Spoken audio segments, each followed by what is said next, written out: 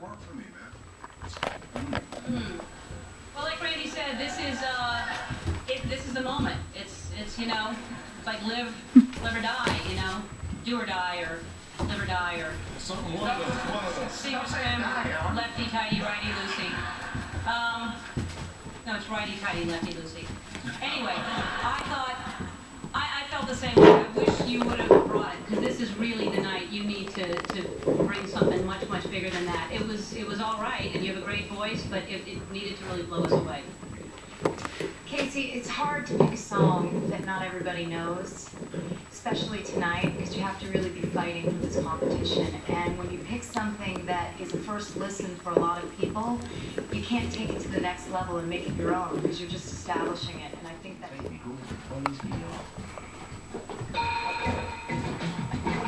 Hej, hvordan går det?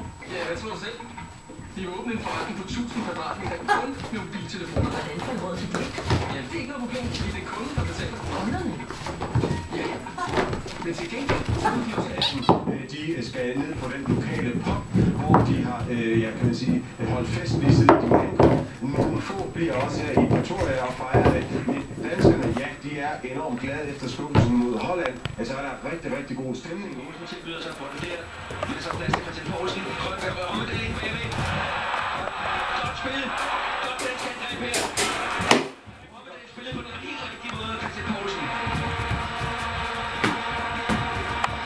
Omvendt den der fra Simon Kjær. Det er en klasse aflevering. Omvendt den der. Sådan. Pragtfuldt dansk mål. Ommedeling. Vi er nok i feltet stadigvæk. Dennis Ommedeling. Så får man efter benet. Dennis Ommedeling. Sådan. Christian Poulsen derinde kommer Ommedeling. Og Ommedeling er jo så hurtig. Det er det Jon Dahl. Nej, Jon. Man bliver helt glad i låget at kigge på det der.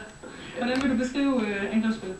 Jamen, der var en masse positive momenter. Det er jo noget af det mest udskilte i Danmark i en længere periode, det har været angrebsspillet. Men i dag så vi nogle rigtig fine takter, og især Dennis Rommedahl, som spillede til et rent 12-tal. Han går jo og beklager sig lidt over, sådan nogen som jeg, altid efter ham, og vi hetser ham, og vi altid dykker ham i karakterer og ikke bryder os om, hvad det er, han leverer.